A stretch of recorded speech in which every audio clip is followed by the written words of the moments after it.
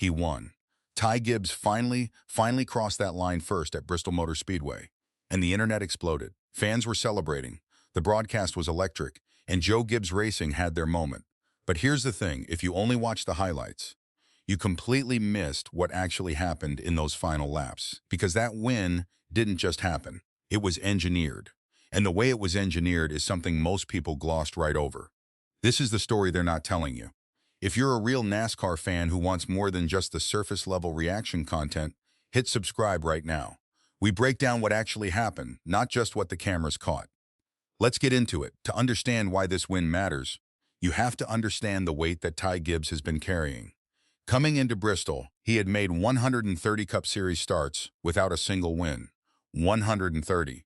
For a driver in one of the most powerful organizations in NASCAR, a grandson of the legendary Joe Gibbs himself, that number had become a quiet but constant pressure.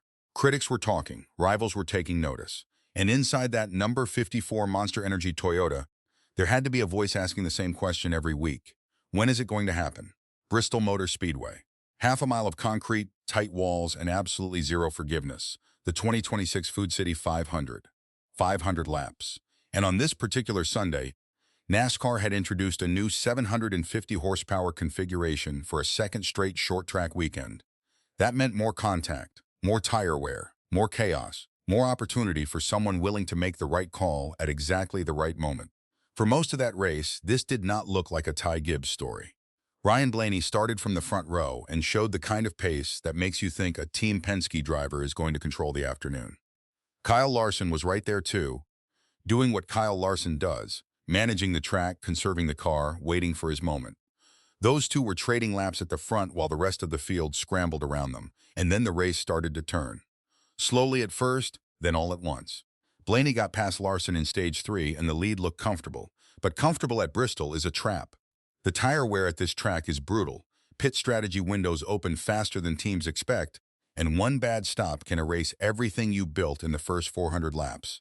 Now this is where it gets interesting. Late in the race, Connor Zilisch spun. Caution flag. And in that exact moment, that window when everything freezes and every crew chief on pit road has maybe 15 seconds to make a call, the strategies diverged. Blaney came in. Larson came in.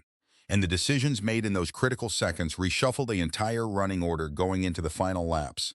Gibbs and his team read that moment differently. The pit call, the tire choice, the track position they came out with, it put him exactly where he needed to be. Out front, with fresh enough rubber, and with the kind of late race track position at Bristol that is almost impossible to overcome when a driver is locked in. Let that sink in. Blaney had led laps. Larson had led laps. Both of them had the pace to win this race. But neither of them came out of that caution with the position Gibbs had. And on a half-mile concrete track where passing is earned in inches, not feet, position is everything. Gibbs held. He held when Blaney pushed. He held when the pressure mounted. He held for the checkered flag. Career win number 1. Start number 131. Here's what that pit strategy call actually means beyond the trophy and the burnout. First, for Ty Gibbs, this changes the conversation entirely. There's a psychological wall that exists for drivers who have been close but never gotten there. The media narrative, the fan pressure, the self-doubt that nobody talks about publicly. That wall is gone now. And drivers who break through their first win often find the second one comes faster than anyone expected. Second, for Joe Gibbs Racing, this is proof that the number 54 program is a legitimate contender, not just a legacy pick. Ty Gibbs winning at Bristol in a race this competitive, this chaotic, against Blaney and Larson, that is a statement about where that team is right now. Third, and this is the one people are sleeping on for Ryan Blaney, this stings. He had the car. He had the pace.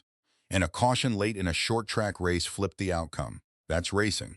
But Blaney is currently sitting second in the Cup Series standings. And every point matters as the playoff picture takes shape. Walks like this one, races where you do almost everything right and still don't get the win, those add up mentally over a long season. That's the real impact here. One pit call under caution. One moment of strategy that nobody is fully breaking down. And it decided everything, so I want to hear from you. Was Ty Gibbs's Bristol win a product of real race-winning speed and a smart strategy call? Or was this one of those wins that the caution clock handed to the right team at the right time? Drop your take in the comments. There is no wrong answer here. This is exactly the kind of moment NASCAR fans should be debating. If this breakdown gave you something the highlights didn't, hit the like button and subscribe. We're building something here for fans who want the full story every single week. Don't miss what's coming next out of Kansas Speedway, because that race is going to have its own story to tell.